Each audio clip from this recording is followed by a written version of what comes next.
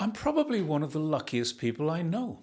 I get to live in a country that's so full of history, culture, and traditions. It's a country that's been through turmoil and poverty and recovery in the space of just 150 years.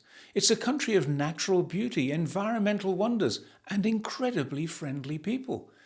This is a country that is perhaps the most misunderstood of all countries in the world, but which seeks nothing other than cooperation and harmony.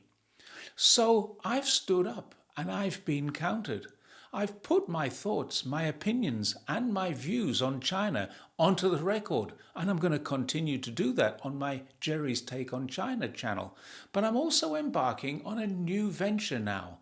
I'm going to try and open a door to China, to show the China that I see, how I experience it, and how I interact with it. For 3 years, I've been on YouTube making videos about China, but they're mostly videos created to overcome misunderstandings and to counter misinformation.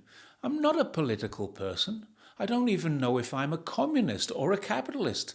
I do know that socialism with Chinese characteristics works, and that label suits me too. I like it, which may be why I see China in the way that I do. A place that really works well. So when other vloggers are on their high-speed trains, their slow-speed trains, or they're driving around the country in cars or on motorbikes, I'm doing things a little differently. Of course I take planes, trains, and I often get driven, but I don't drive in China. However, the idea I have now is not to visit all the usual places. It's to show the China as I see it, sometimes from the seat of my bike, sometimes from the window of a high-speed train, the comfort of a slow train, and sometimes from the air, before I land. Nothing is off the cards. One of the most interesting things about China is that it's still under development. I often say that China will be nice when it's finished. In this channel, we'll see lots of examples. We go on to some of the best roads possible. We travel on some of the world's greatest infrastructure. But some of the places we go to and some of the methods of getting there are still very much underdeveloped. Why did I pick the name China Un-Travelled?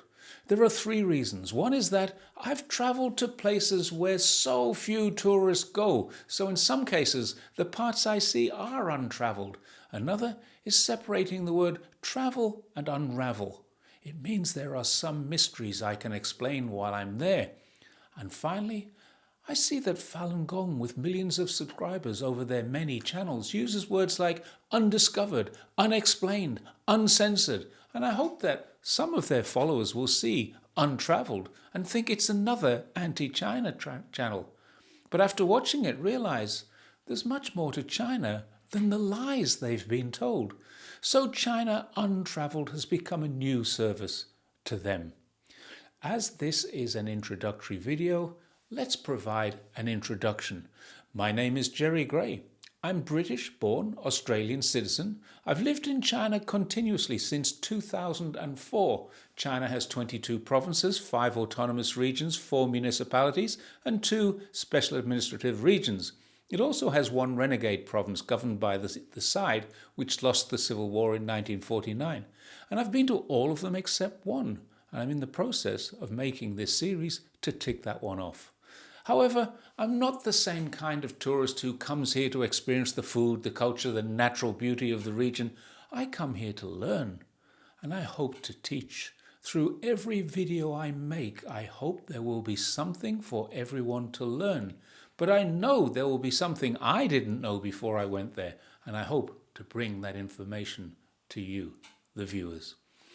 Today is halfway through the year. In this year alone, I've spent time in Xinjiang, Yichang in Hubei. I've cycled almost 3,000 kilometers from Zhongshan in Guangdong to Hohhot in Inner Mongolia. I took a train from there to Baotou and from there to Chufu in Shandong. Before that, I went to Yunnan and visited Sichuanban-na, a place not many people have even heard of. But from there, we took a train into Laos. I travelled to the ancient city of Kashgar in Xinjiang by plane, that's in Uyghur Autonomous Region, and I visited China's capital Beijing. I live in Guangdong, and during the same period I've been to Dongguan, Shenzhen, Zhuhai, Huizhou, and of course Guangzhou. I've also spent time in Hong Kong and Macau, all this year. So I do travel a lot. For the last 5 years, every year has been similar, and it seems to me I'm wasting valuable opportunities to show the China I know to the people who are open-minded enough to want to know it too. Of course, there will be places I go to which are well known, but I'll try and provide a different perspective on them. But for sure, there will be places unknown to all but the locals. Open the door to China for yourself. It's taken me a long time to decide how to go about doing this. It's been a huge learning curve, embracing a media that I'm not very comfortable with. It's been an even bigger challenge and an experience having to find out how to build, design and edit short format videos to the point that they are entertaining and educational. I know I won't get it right all the time, but I hope you'll stick with me while I get it right some of the time. Welcome to my new channel, China Un-Travelled. I hope you'll subscribe, I hope you'll watch, I hope you'll learn, and if you do, I'm sure you'll learn to love China in the way that I do.